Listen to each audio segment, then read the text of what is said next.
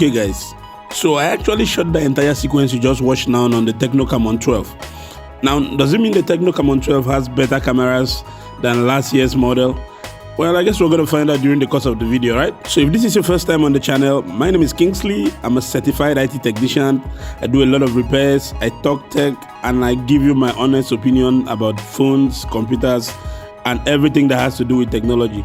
So don't forget to hit that subscribe button. Who knows, maybe I can share the little knowledge I have gathered over the years with you, right? So in the month of September of 2018, we had the Tecno Camon 11 and 11 Pro hit the market. Now, I had my expectations, which were not really met, and besides, there were little sacrifices that were made for the Tecno Camon 11 Pro to maybe fall in the price range of or price category that it fell in. Things like they had to lower the size of they had to lower the resolution of the display from 1080p, which came on the Camon 11 Pro, or the Camon X Pro rather, to 720p, which was a downgrade that I didn't see coming, but nonetheless I could still live with it. So I was really impressed with the Tecno Camon 11 and 11 Pro because of what it had to offer for the price you were paying for it. In fact, it was one of my favorite devices, or my favorite Tecno device of 2018. I recommended it to a lot of people and no complaints. Phone was working smoothly and it's still working smoothly, So because of what I saw on the Tecno Camon 11 and 11 Pro, I had high hopes and dreams for the Tecno Camon 12 that was coming up. The first time I sighted the device, I actually thought it was a Tecno Phantom 9, because it looked very damn similar to the Tecno Phantom 9. The form factor, the display, the way it looked, the feel and everything felt exactly like the Phantom 9, which was okay. At least those that can't afford the Phantom 9, they were going to buy the Camon 12 and then they're going to get the same form factor experience. Even though the phone is still made with exactly the same materials that were used in last year's model. So we still have that same glossy thing going on at the back, where when you shake the phone in front of a light source or when you are in a very lit environment, you're going to have these flashes coming out of the back when you wiggle the device around. We still have a regular headphone jack, which is much appreciated. And we have speakers there, not stereo speakers. And still no USB-C on the Tecno Camon series. We're still getting a regular USB 2.0. That's something I wasn't really expecting anyway. After all, we had the regular USB 2.0 on the Phantom 9 that was supposed to come with the USB-C. So it's not a big deal anymore. So outside of the form factor that makes the device look like a Phantom 9, there is no other thing that they changed. The fingerprint sensors are still mounted at the back. The volume rockers are still at the same positions. And basically everything is still where they used to be, like last year's model. And still remember, this device is still built in plastic, it's not glass. That glossy finish there is just an illusion that makes it feel like glass, but it's not glass, it's still built in plastic. And also, there is no changes in the configuration. It's still very much the same thing that came in last year's model. The same Hello P22 processor, the same GPU, the same CPU. The only difference here is that this guy comes with Android 9 Pie and iOS 5.5. Outside of that, every other thing is still very much the same. So you're still getting 4 gigs of RAM and 64 gigs internal memory, and you still have the dedicated SD card slot. So if you're using the Tecno Camon 11 Pro or the Tecno Camon 11, don't sweat it out and think that, hey, the Tecno Camon 12 is going to be faster than my Camon 11 Pro. So one of the major changes here is in the battery department. You're getting 4,000 milliamp hour battery right now, which to me is not really an upgrade, because last year's model had a 3,750 milliamp hour battery.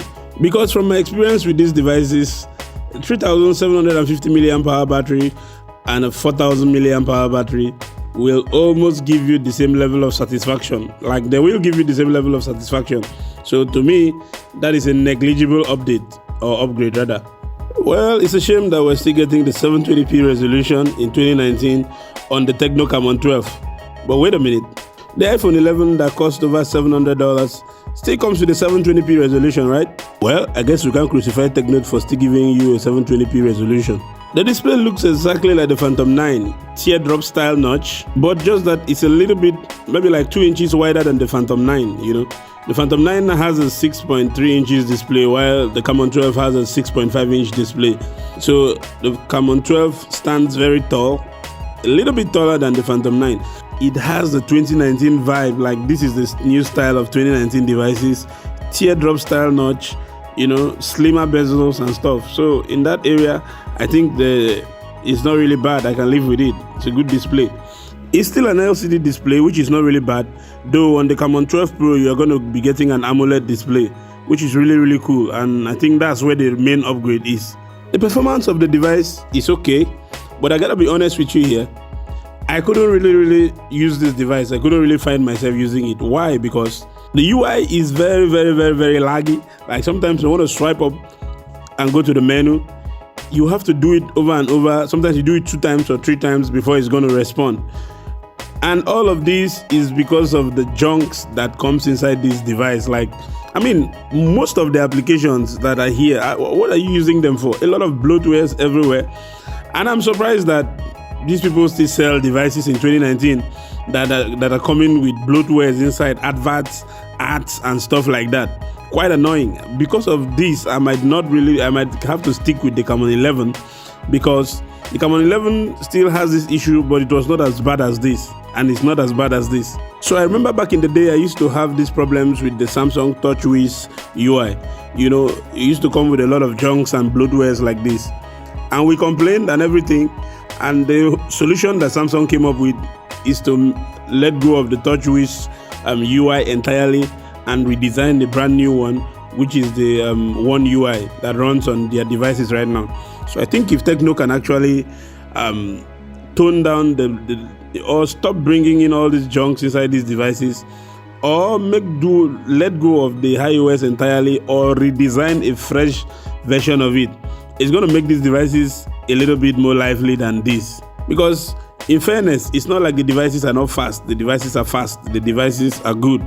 But when you have a lot of junks, mostly sometimes as soon as you connect to your Wi-Fi, all these applications, all these bloatwares here wants to connect online, wants to go to the internet, wants to start showing you adverts, it overwhelms the device. The device itself is fast, but all the junks inside, which I bet you almost never use, begin to overwhelm the device. So if you're making a call on a busy street or on a busy day on this phone, it's very loud. Like the speakers, the earpiece, it's very okay. Now, I always mention about the speakers of the phone because I've several times, most of you have hit me up and say, hey, are the speakers of this device really loud? Because maybe I'm having hearing challenges or something.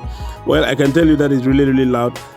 We took it out on the spin, me and Wisdom, and we actually tested it. I had him make a few calls in a very busy street and in a very busy environment, and the performance was good. It was able to deliver. So for that, if you were buying this device, or you're just looking for a device that has a loud earpiece, this is okay. You can get this device.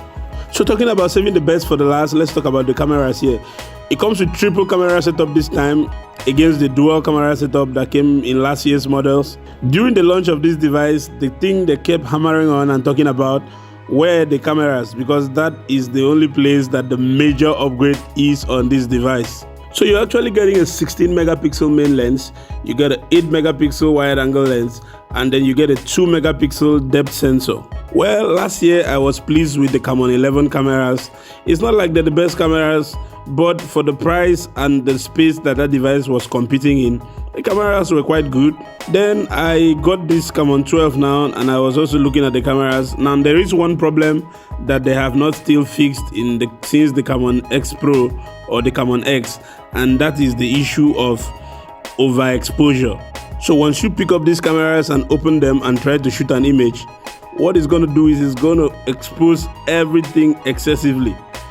And I don't really find that interesting, you know. I would have preferred to actually be able to expose or overexpose or underexpose my images myself, other than the phone just doing it manually for me.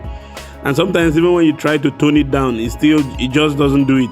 Now, remember that sequence you watched from the beginning of the video?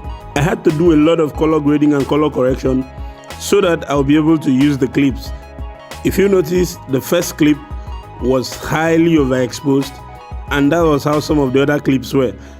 So what I'm saying in essence is that whenever you take out the phone to take a picture, you might just have to spend a few seconds trying to adjust the camera. But if you just take it out of your bag and start shooting images, you might end up with very bad pictures. There is no image stabilization whatsoever on these cameras, so I had to use a gimbal to be able to get those shots that you saw earlier on. I tried to shoot the footages handheld. That was just such a terrible idea because The footages were very shaky and the video was just all over the place, so I had to use a gimbal just to get the steady shots. And then, just like from last year's model where I complained about the portrait mode on both the front and the back camera, they haven't fixed that equally here, so portrait shots are still not that great here. So the two major upgrades on this device is just the battery and the cameras. So if you still have last year's model, which is the Camon 11 or Camon 11 Pro, please stick to your device, because this one, there is no major catch that is going to make you want to trade up your old phone and buy this one, except for the fact that it's new, of course. The only other major upgrade here too is the battery, which you're getting a 4000 milliamp hour battery, which is not really that much of a difference from 3750. 250 milliamp hour is not a big deal. So do you think the Tecno Camon 12 is a worthy upgrade? Will you trade in your Tecno Camon 11 to get the Tecno Camon 12? Let us know down in the comments, alright? And until the next time, still don't forget to hit that subscribe button. Cheers guys, I'll catch you in the next one.